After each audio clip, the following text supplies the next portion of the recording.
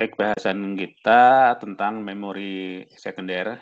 Setelah di dua pertemuan sebelumnya kita sudah pelajari tentang memori utama atau RAM.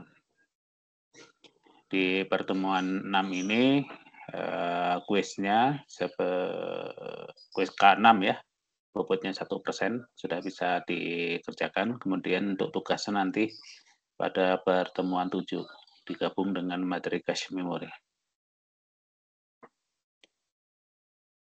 Yang pertama, kita akan pelajari tentang bagaimana cara kerja head baca atau tulis di dalam hard disk. Jadi, kalau kita lihat di hierarki memori, maka bahasan kita adalah di bagian yang tengah ini, ada magnetic disk, kemudian ada media optik.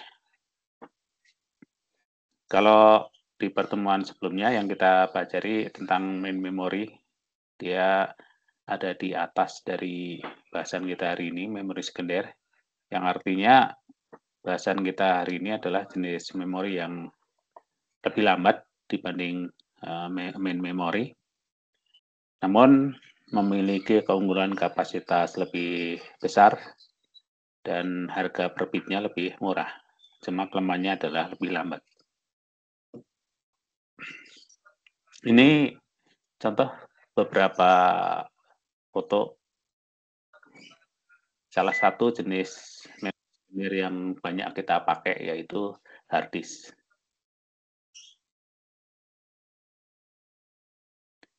Tidak ada komputer atau laptop yang tidak dilengkapi dengan hard disk. Walaupun nanti kita akan tahu ada bentuk hard disk yang lebih baru, yaitu namanya SSD. Nah, ini model hard disk yang lebih lama. Di sebelah kiri ini ukurannya lebih besar biasanya untuk desktop, ya, komputer desktop. Kemudian yang kanan ini lebih tipis, biasanya untuk laptop.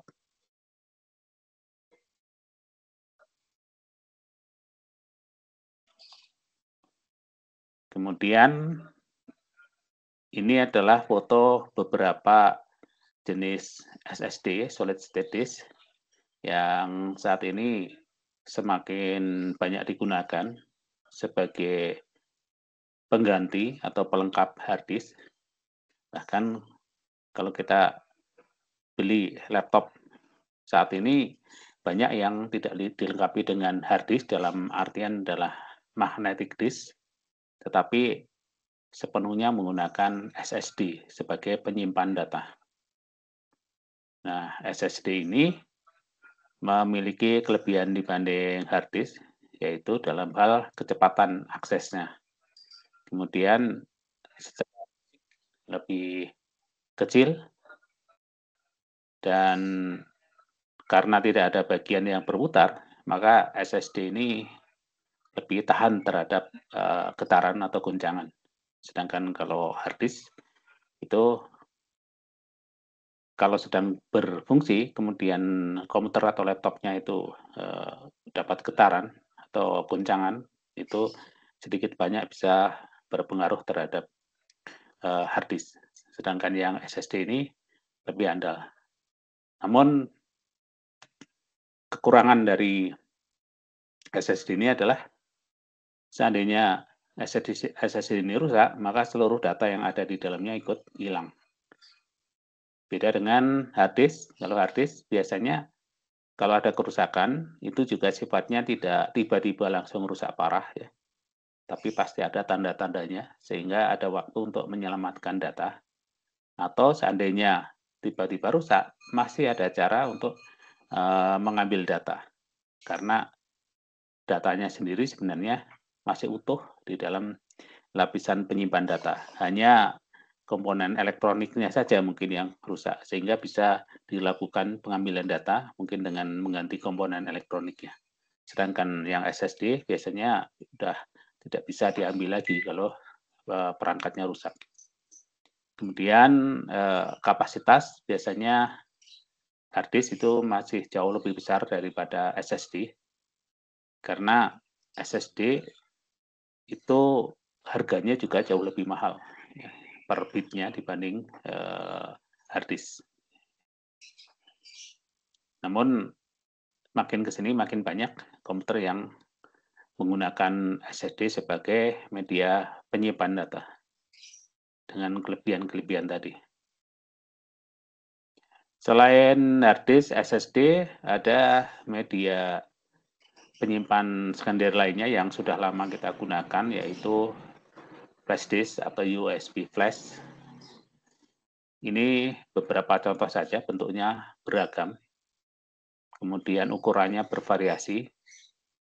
Kemudian untuk flash disk yang saat ini daya simpannya juga sudah sangat besar, bukan dalam orde megabyte lagi, tetapi sudah dalam gigabyte. Ada yang tahu flash disk sekarang ini sudah sampai berapa ukurannya?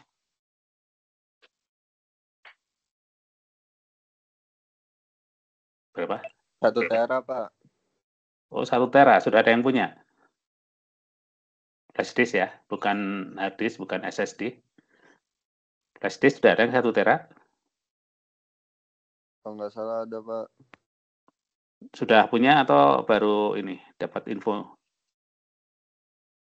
Dapat info doang, 256, Pak. 256 apa? Ini masih belum ada, Pak. 256 apa? 256 GB. Giga ya, belum tera ya? Bukan. Ya, jadi biasanya kalau hard disk itu ordernya sudah tera, bukan giga lagi. Jadi, kalau beli mungkin 1 tera, 2 tera. Ya. Tetapi kalau flash disk, ya saya belum tahu ya, belum pernah googling. Tapi mungkin belum sebesar hard disk ya, mungkin masih order giga, belum tera ya. Oke, ini sudah sejak lama kita menggunakan ya jenis memori eksternal ini. Selain itu, sebenarnya banyak jenis-jenis memori eksternal atau sekunder lainnya. Misalnya SD card, ya. Ada juga jenisnya yang micro SD. Nah, itu biasanya banyak kita pakai di perangkat HP misalnya, ya. Atau dulu digunakan juga di kamera ya, kamera digital. Walaupun sekarang juga mulai berkurang penggunaannya ya, setelah HP itu semakin canggih dalam hal untuk membuat foto atau video. Nah, ini ada juga jenis yang disebut dengan CF, compact flash ya. Ini biasanya dulu untuk kamera ini ya, yang membutuhkan kecepatan tinggi. Ya, dulu menggunakan memori ini. Oke, yang pertama kita bahas jenis memori sekunder yang disebut dengan magnetic disk. Ada kata disk, disk itu piringan, artinya di situ ada piringan sebagai media penyimpan data. Kemudian ada kata magnetik karena piringan itu dilapisi dengan bahan magnetik. Nah, di pertemuan ini nanti kita akan pelajari bagaimana cara kerjanya.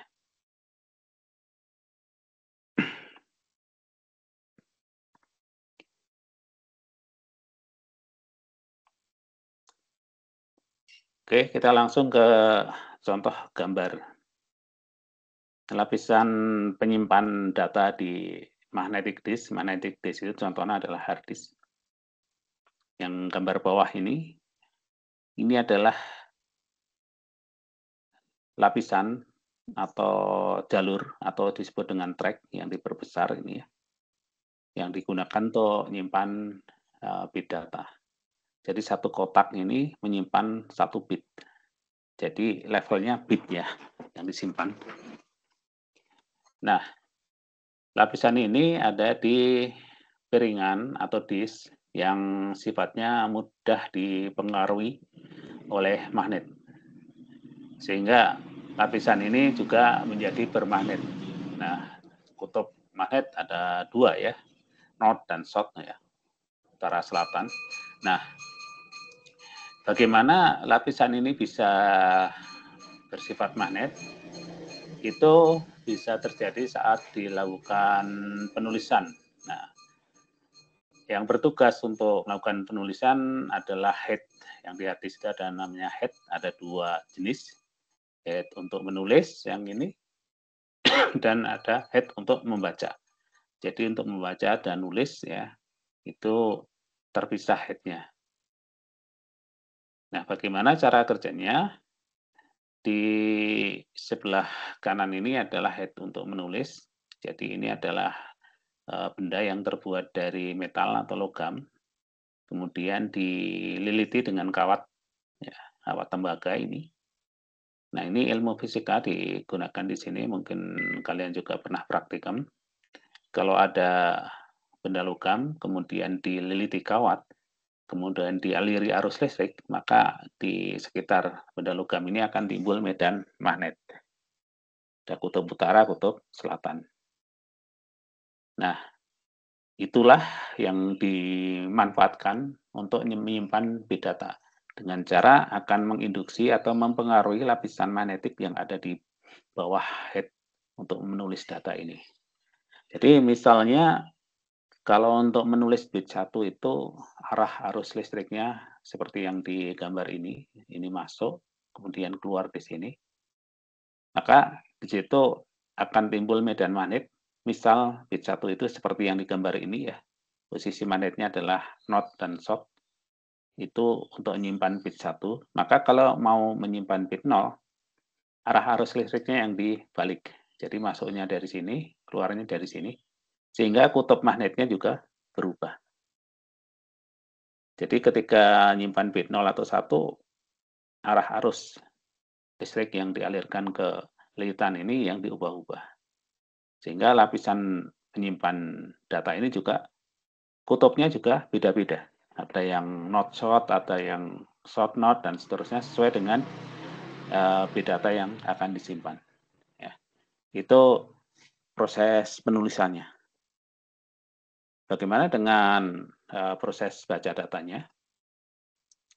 Nah, proses baca data digunakan head yang sebelah kiri. Kita lihat gambarnya ini lebih kecil. Di dalamnya adalah lilitan atau kumparan. Nah, prinsip fisika kita tahu juga kalau ada kumparan, kemudian kita dekatkan dengan magnet, magnet yang kita gerakkan, maka akan dihasilkan arus listrik. Ketika hard disk berfungsi, lapisan penyimpan data ini kan berputar satu arah ya, berputar. Setelah ditulisi, maka setiap kotak ini akan ada medan magnet, sehingga ketika digerakkan, ini akan menginduksi ke lilitan yang ada di head baca ini, sehingga dihasilkan arus listrik. Posisi magnet north south atau south north itu akan mempengaruhi arah arus listrik yang dihasilkan oleh head baca ini. Nah, itu nanti yang akan diartikan sebagai bit 0 atau bit 1. Nah, kira-kira seperti itu ya cara kerja head di hard disk untuk menulis atau membaca. Oke, apakah ada yang mau ditanyakan? Sejauh ini bisa dipahami? Bisa, Pak. Bisa, Pak. Nah, bagaimana layout lapisan untuk menyimpan data di hard disk tersebut? Di gambar ini kita lihat ada track atau lintasan-lintasan. Inilah yang digunakan untuk menyimpan data. Jumlah tracknya ini bisa banyak sekali, bisa belasan ribu ya di tipe tertentu. Nah, antar satu lintasan dengan lintasan berikutnya itu ada pemisahnya atau gap-nya. Nah, tujuannya adalah supaya tidak terjadi ya saling mempengaruhi data di satu track dengan track yang berikutnya, karena ini sangat dekat sekali sehingga perlu diamankan dengan track ini. Kemudian dalam setiap lintasan itu dibagi-bagi lagi menjadi bagian yang lebih kecil yang disebut dengan sektor. Jadi satu kotak ini disebut dengan satu sektor. Nah, jumlah sektornya dalam satu lintasan juga ratusan ya, banyak. Nah, antar sektor ini juga ada gap-nya untuk memisahkan sehingga lebih memudahkan dalam proses pembacaan data. Jadi seperti itu layout lapisan penyimpan data yang ada di hard disk.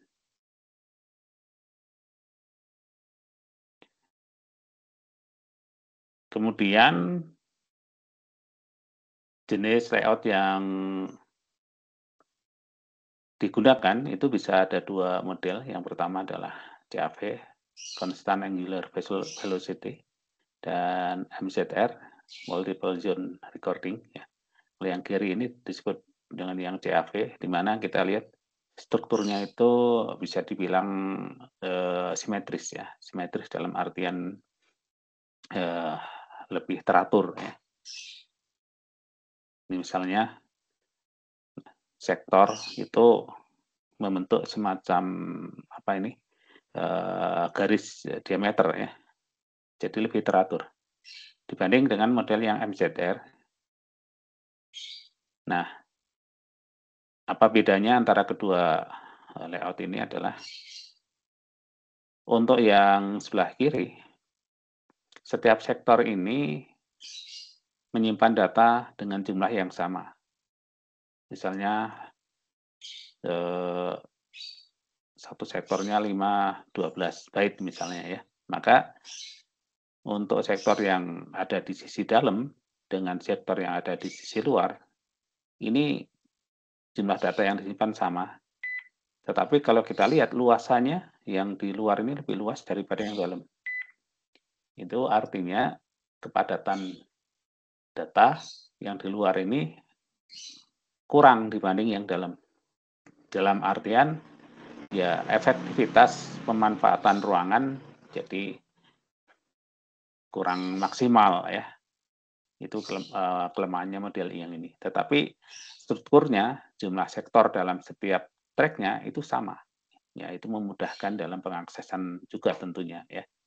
Nah, yang sebelah kanan ini jumlah sektor setiap tracknya beda-beda. Kalau yang sisi luarnya ini lebih banyak nih sektornya, yang dalam lebih sedikit. Nah, kelebihannya yang MZR ini adalah pemanfaatan ruangan itu bisa maksimal karena ukuran setiap sektor baik di luar atau di dalam itu sama sehingga kepadatannya bisa dimaksimalkan. Tapi tentu ya ini ada kesulitan tersendiri dalam pengaksesan karena track yang berbeda jumlah sektornya bisa berbeda. Ya masing-masing ada keunggulan dan kekurangannya sendiri-sendiri. Ini karakteristik untuk CAV, ini karakteristik untuk yang MZR ya, plus minusnya nanti silahkan nanti dibaca sendiri ya. Kemudian untuk satu sektor, kalau kita zoom, ya, kita perbesar, ternyata di dalamnya ada bagian-bagian yang lebih detail lagi. Misalnya ini sektor 0, itu ada bagian yang disebut dengan gap 1 ya, ini 17 byte, kemudian ID 7 byte, gap 2 41, setelah itu untuk menyimpan data. Jadi inti data yang disimpan di sini, di bagian data field 515 byte. Setelah itu ada gap lagi. Jadi strukturnya di dalam setiap sektor seperti ini, ya seperti contoh ini. Kalau ID field kita zoom lagi yang 7 byte tadi, ternyata ada 1 byte untuk sinkronisasi, 2 byte untuk info track, ya, nomor tracknya, kemudian 1 byte untuk nomor head, kemudian nomor sektor, dan ada CRC. CRC itu singkatan dari Cyclic Redundancy Check. Ini fungsinya adalah untuk mengamankan data yang ada di bagian ID field ini. Kalau kemarin di memori kita sudah pelajari cara mengamankan datanya dengan bit paritas dan Hamming code ya. Nah ini yang di hard disk dia dengan CRC nama metodenya. Oke, kemudian kalau data feed ini kita zoom, ya, seperti yang gambar ini, di dalamnya ada byte 1 byte untuk sinkronisasi, kemudian data sebesar 512 byte, dan ada CRC lagi 2 byte. Sehingga dalam satu sektor di contoh ini ya, untuk hard disk yang berbeda bisa jadi ukurannya beda ya. Totalnya dalam satu sektor ada 600 byte digunakan dengan berbagai macam tadi. Sedangkan data inti yang disimpan itu hanya 512 byte. Ya, ini kira-kira isi dari setiap sektor kalau kita zoom ya. Yang punya pertanyaan langsung aja diaktifkan mic-nya ya.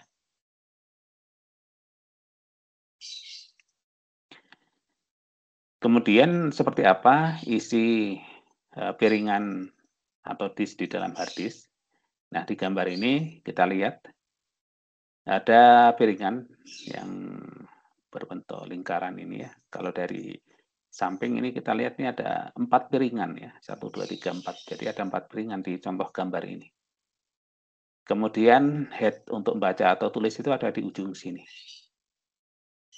Ini nanti bergerak dari sisi dalam, keluar, dan seterusnya sesuai dengan nomor track yang mau dibaca. Nah, untuk memperjelas kita coba lihat video bagaimana hard disk bekerja ya.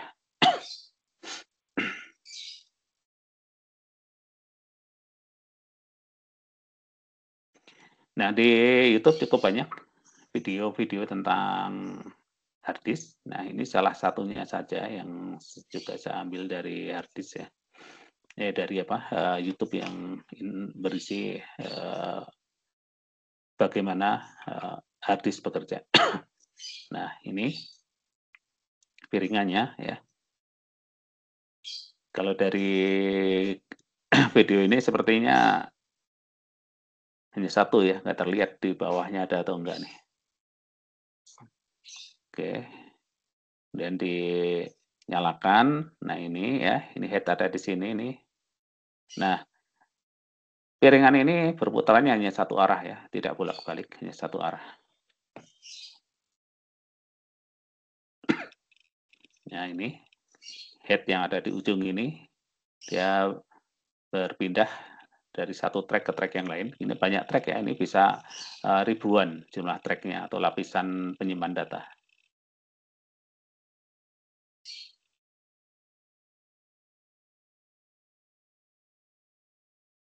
Ini sangat cepat sekali berpindah ya. Jadi sangat akurat sekali dalam memilih track-track yang ada karena jumlahnya sangat banyak. Nah, sekarang aktivitas copy paste ya, kopas, baca data di satu track, dikopikan di track yang lain.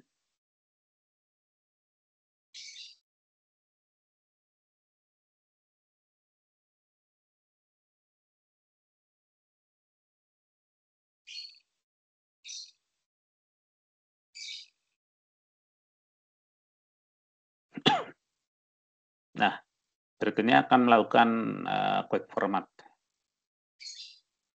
Ada yang pernah melakukan format?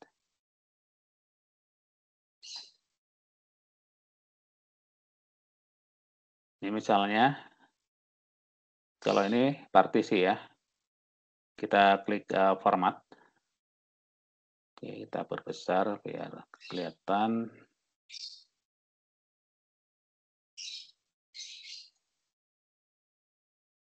Nah, ini kelihatan ya. Ini ada centang defaultnya adalah quick format. Jadi kalau kita akan memformat hard disk atau partisi di hard disk, biasanya halaman ini yang muncul. Dan defaultnya ini centangnya quick format. Ada yang tahu nih bedanya quick format dengan yang bukan quick?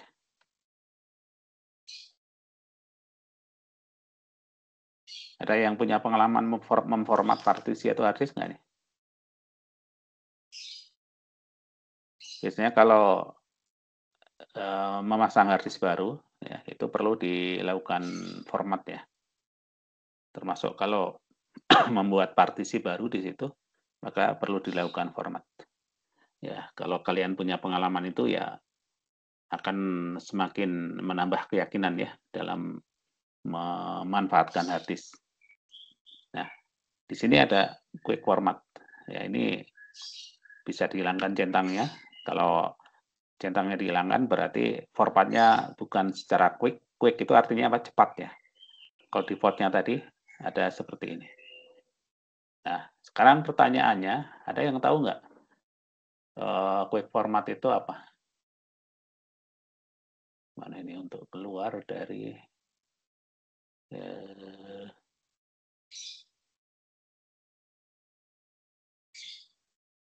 magnifier. Ada yang tahu quick format? Bedanya dengan yang tidak quick?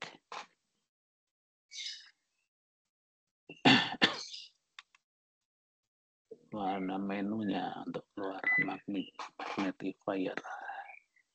Nah ini. Oke. Ya, ada yang tahu? Kalau format default itu tadi centangnya adalah quick format, artinya kalau kita langsung klik OK format, maka formatnya itu prosesnya akan lebih cepat. Ya, kata quick itu artinya cepat. Kalau quick-nya kita hilangkan centangnya, maka prosesnya format itu akan lebih lama. Kenapa bisa seperti itu? Nah, kalian pernah baca buku ya? Di setiap buku biasanya ada yang disebut dengan daftar isi. Nah, daftar isi itu akan menunjukkan di setiap bab atau subbab di buku itu ada di halaman berapa. Misalnya bab 1 halaman berapa, bab 2 halaman berapa, bab 5 halaman berapa. Jadi dengan melihat daftar isi kita tahu di dalam buku itu ada berapa bab, ada sebab apa saja, judulnya apa. Nah, jadi daftar isi itu di dalam hard disk ada analoginya. Jadi yang kita simpan di hard disk itu kan banyak file ya. Kemudian ada struktur folder dan sebagainya. Nah, info itu disimpan biasanya ada di track-track sekitar yang tengah ini. Biasanya disimpannya di sekitar sini.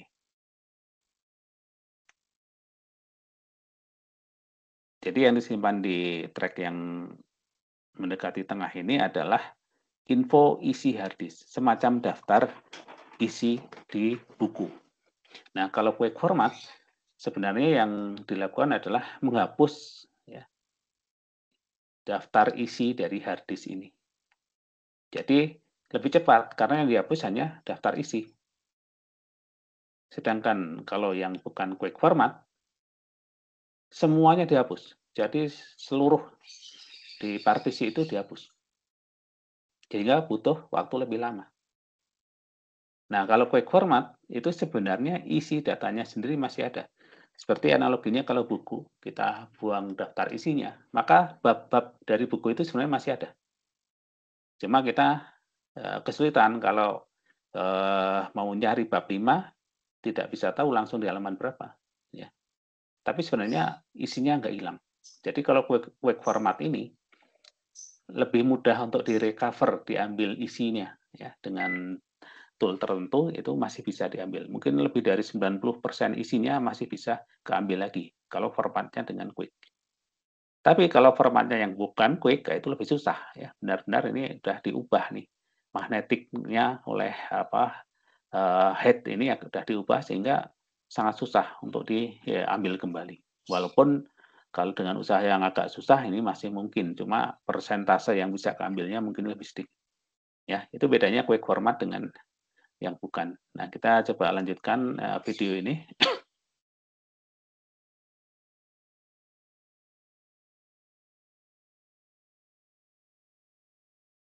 Ya, ini proses quick format tadi. Masih. Nah, sekarang dimatikan. Nah, perhatikan ketika dimatikan head ini ada di sini ya. Jadi posisi head itu nggak boleh berhenti sembarangan. Karena kalau berhenti sembarangan, bisa jadi lapisannya itu akan menggores lapisan data ya. Itulah kenapa bagi yang menggunakan laptop atau bukan laptop ya, komputer lah ya. Kalau laptop kan ada baterai ya. Jadi kalau laptop listrik mati biasanya ya masih ada baterai, nggak langsung mati. Tapi kalau yang menggunakan komputer biasanya jarang yang menggunakan UPS, sehingga kalau listrik mati misalnya di kos-kosan ya udah tiba-tiba mati. Nah itu yang bahaya ya. Head-nya ini bisa menggores lapisan penyimpan data. Kalau sering terjadi bisa jadi nanti harddisknya jadi ada bad sector ya. Itu salah satu kelemahannya. Atau kalau lagi berputar itu dapat goncangan, itu juga bisa terjadi ya, ada goresan. Jadi rentannya harddisk adalah itu. Oke, jadi kita udah lihat seperti apa harddisk bekerja, jadi sudah bisa lebih membayangkan ya isi di dalam harddisk. Nah, di gambar sebelumnya tadi kita lihat ini jumlah piringannya lebih dari 1 ya. Kalau dari gambar ini kita lihat ada 4. Jadi jumlah piringan memang bisa berbeda-beda antara satu harddisk dengan harddisk yang lainnya, satu tipe dengan tipe lainnya. Tapi tentunya kalau jumlah piringannya lebih banyak, kapasitasnya menjadi lebih besar. Jadi ada yang jumlah piringan atau pattern-nya ada yang single, tapi ada juga yang lebih dari 1. Kemudian area untuk menyimpan data ada yang hanya 1 sisi saja, tapi ada juga yang di kedua sisi atas bawah itu dilapisi penyimpan data semua. Seperti contohnya di gambar ini misalnya ada 1, 2, 3, 4, 5 ya, 5 piringan. Di sisi atas dan bawah semuanya dimanfaatkan untuk menyimpan data. Sehingga jumlah head untuk baca atau tulisnya juga sejumlah sisi yang digunakan. Kalau di sini ada 5 piringan, jadi ada 10 sisi, maka head-nya ada 10. Ini head itu bergerak serentak ya, maju mundurnya serentak. Kemudian putaran dari setiap piringan juga serentak.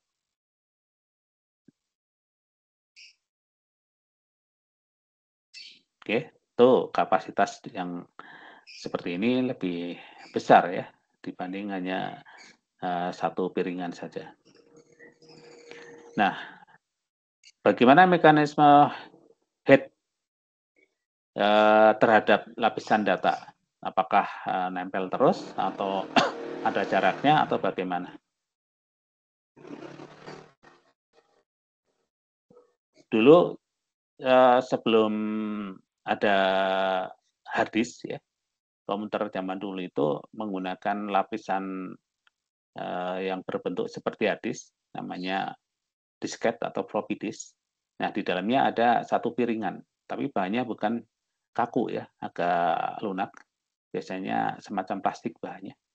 Itu yang dilapisi dengan bahan magnetik di flash di floppy disk atau disket. Nah, di model itu head baca tulisnya nempel di lapisan magnetik. Mungkin kalian nggak sempat menggunakan ya yang disket ini. Ini zaman dulu sekali. Bahkan OS-nya dulu ada di disket. Nama OS-nya adalah DOS ya, dulu Disk Operating System. Jadi ditaruh di disket. Jadi komputer itu benar-benar kosong. Jadi ketika mau menggunakan komputer ya disketnya dimasukkan, kemudian baru dinyalakan. Nah, di situ baru dibaca OS-nya, OS yang disebut DOS tadi. Nah, setelah itu berkembang harddisk. Nah, harddisk itu juga mengalami perkembangan dalam hal jarak antara head dan lapisan magnetik. Ada yang mula-mula jaraknya tetap fix, tetapi yang lebih baru adalah jarak itu berubah sesuai dengan putaran dari piringan ya, ada sifat aerodinamis di situ. Itu masalah teknologi head dengan lapisan magnetiknya.